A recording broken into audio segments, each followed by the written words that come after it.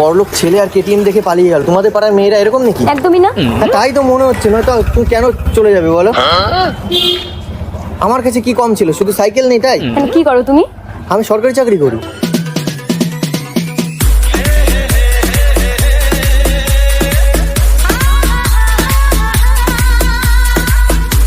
তুমি কি পাগল নাকি? তুমি কি পাগল নাকি? তুমি ভাবো তাহলে, শুধু কেটিএম দেখে পালিয়ে চলে গেছে। আমার ভাঙা সাইকেল, ঠিক আছে, বাইক নেই, তার জন্য আমাকে ছেড়ে চলে গেল। মেয়েটা একবারে বুঝলো না যে সরকারি চাকরি আর কেটিএম এর মধ্যে পার্থক্য কি। কেটিএম দেখে পালিয়ে গেল। মেয়েটা পাগল আছে হয়তো, মাথা ব্যথা খারাপ ওর। না, আমার মনে হচ্ছে এই গ্রামের সব মেয়েরাই পাগল আছে। সব মেয়েরা কেন পাগল হবে? হ্যাঁ, তা তুমি হলে কি করতে? আমি হলে একদমই যেতাম না কেটিএম দের সাথে অন্তত। মানে চাকরি পেলে কেটিএম যেতে না? না। চাকরি পেলে কেটিএম যেতে না? না।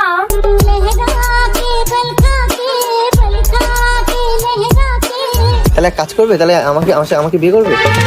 বিয়ে করবো